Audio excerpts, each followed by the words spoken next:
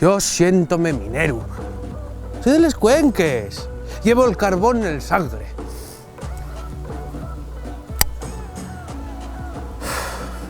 Yo llevo ver una mina y pónseme los pelos de punta. Y aquí hay un sentimiento y una rabia de no poder baixar a trabajar en el pozo que cago en ros.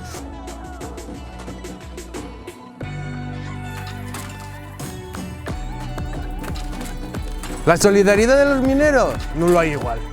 Cago en Dios, como tiene que ser, la gente mirando por el otro.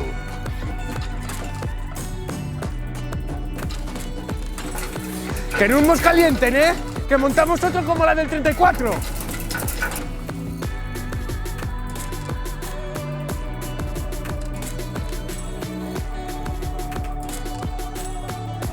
Mira y cómo vengo yo.